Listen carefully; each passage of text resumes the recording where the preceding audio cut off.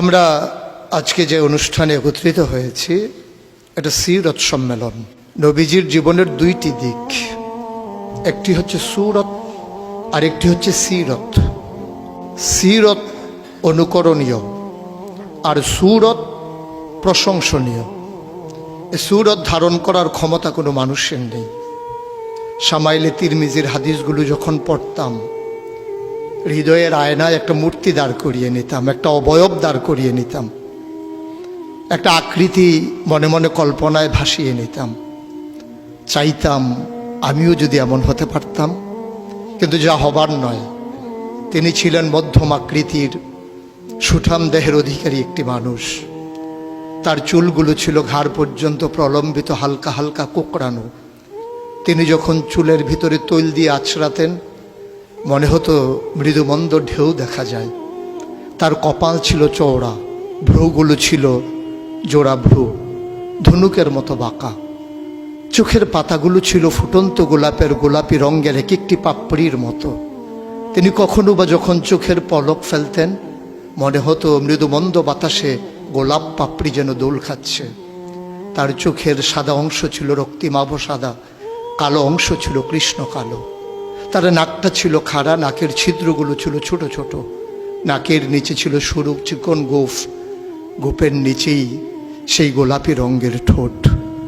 তার ঠোঁটগুলো যখন কখনো বা মুচকে হাসত, গোটা পৃথিবীর মানুষ অবাক বিস্ময়ে দেখত গোটা পৃথিবীতে যেন বিজলি চমকিয়েছে।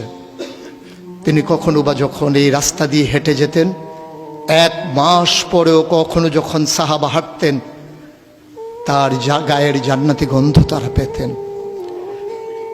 মায়েরা উম্মাহাতুল মুমিনিন যারা, তারা নবীর যখন কখনো এই ঘামে ভেজা শরীর নিয়ে ঘরে ঢুকতেন, কপালের ভিতরে মুক্তোর দানার মতো ঘামগুলো যখন জমে থাকতো, মায়েরা ছোট্ট শিশি খুঁজে সেই ঘামগুলো শিশিতে ভরে জমা রেখে দিতেন, কখনো বা ঈদে কোনো অনুষ্ঠানে যেন আতর হিসেবে ব্যবহার করতে পারেন।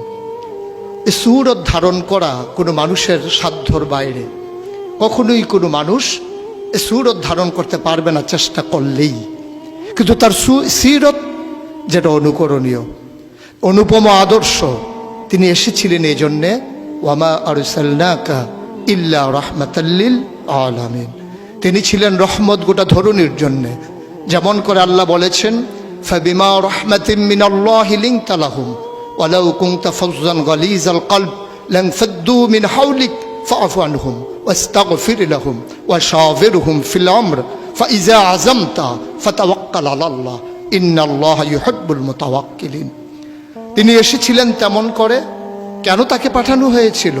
আল্লাহ নিজেই বলেছেন, লাকাদ কানা লাকুম ফি রাসূলিল্লাহি উসওয়াতুন হাসানা। তিনি ছিলেন মডেল, তিনি ছিলেন আইডল, তিনি ছিলেন আইকন, তিনি ছিলেন অনুপম আদর্শ, তিনি ছিলেন উসওয়াতুন হাসানা। তিনি গোটা মানব জাতির জন্যে সকাল থেকে সন্ধ্যা, রান্নাঘর থেকে সংসদ ভবন, তার জীবনের ব্যক্তি জীবন, পারিবারিক জীবন, সমাজ জীবন, রাষ্ট্রীয় জীবন, অর্থনৈতিক জীবন, ইন্টারন্যাশনাল রিলেশন, সকল ক্ষেত্রে তিনি ছিলেন আদর্শ, তিনি ছিলেন মডেল, তিনি ছিলেন আইকন।